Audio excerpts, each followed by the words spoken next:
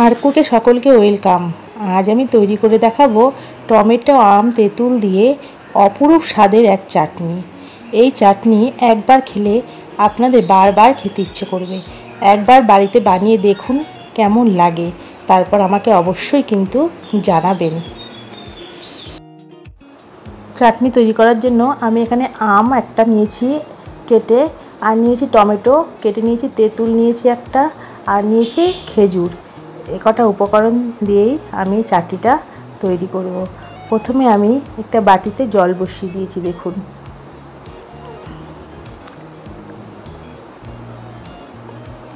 জলটা উষ্ণ গরম হলে আমি এর মধ্যে আম দিয়ে দিলাম,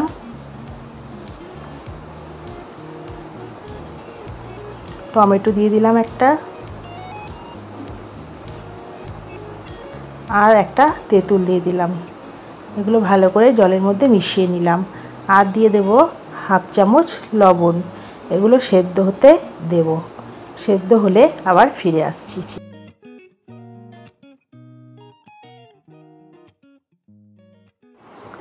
দেখুন, টমেটো আম তেঁতুল সেদ্ধ হয়ে গেছে, জল টকবক করে ফুটছে।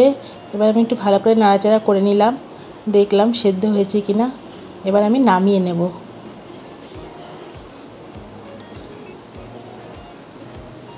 চামচ দিয়েই আমি এই উপকরণগুলো ভালো করে ঘেঁটে নেব। গরম বলে এতে হাত দেওয়া যাবে না, তাই চামচ দিয়ে একটু নাড়াচাড়া করলেই সব উপকরণগুলো গলে যাবে। ব্যাস, আমি এগুলো এভাবে রেখে দিলাম। এখানে উনুনে আবার কড়াই বসিয়ে দিলাম। সেই কড়াটার মধ্যে আমি খুব অল্প পরিমাণে তেল দেব। এবার সর্ষে আর শুকনো লঙ্কা একটা ফোড়ন দিয়ে দিলাম।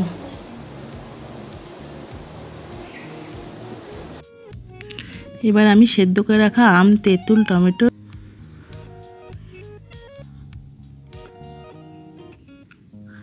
এবার এর মধ্যে আমি হাফ চামচ হলুদ গুঁড়ো দিয়ে দেবো, রঙটা খুব ভালো আসবে। হলুদটাকে ভালো করে মিশিয়ে নিলাম চাটনির সঙ্গে। এবার আমি খেজুরগুলো দিয়ে দেবো। আপনারা খেজুরের বদলে কাজু কিশমিশও দিতে পারেন। সব ভালো করে আমি একটু নাড়াচাড়া করে নিলাম।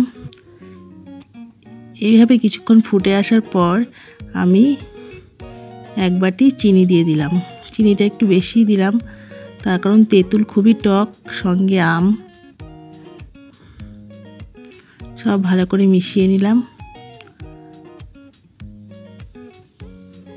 কিছুক্ষণ পর এভাবে আমি মিনিট 2 ধরে চাটনিটা ভালো করে ফুটিয়ে নিলাম। দেখুন, একেবারে গাঢ় হয়ে এসেছে। আমার চাটনি রান্নাটা একেবারে কমপ্লিট হয়ে গেছে। এবার আমি একটি বাটিতে ঢেলে নেব। দেখুন, আমার চাটনিটা এরকম হয়েছে। এইভাবে আপনারা আম তেঁতুল টমেটো দিয়ে চাটনি তৈরি করে খাবেন, খুব মজাদার হবে। যদি আমার ভিডিওটি ভালো লেগে থাকে লাইক কমেন্ট শেয়ার সাবস্ক্রাইব করবেন। সবাই ভালো থাকবেন।